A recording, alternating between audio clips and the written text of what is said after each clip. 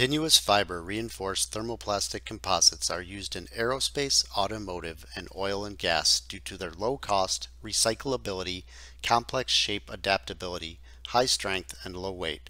Existing polymer welding techniques can be used to join them. One technique is through transmission laser welding. Seen here are nylon samples reinforced with continuous glass fiber. The white sample is transmissive to the laser while the black is absorbing.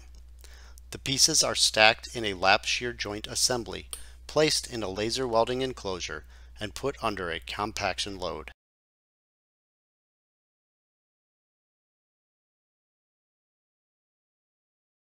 The laser power and speed are optimized to weld the samples together without causing degradation. The laser heats the surface of the black sample. Heat is then thermally conducted into the white surface. Both sides of the joint melt, making a weld in about 10 seconds. The parts cannot be broken apart without fracturing the bulk material.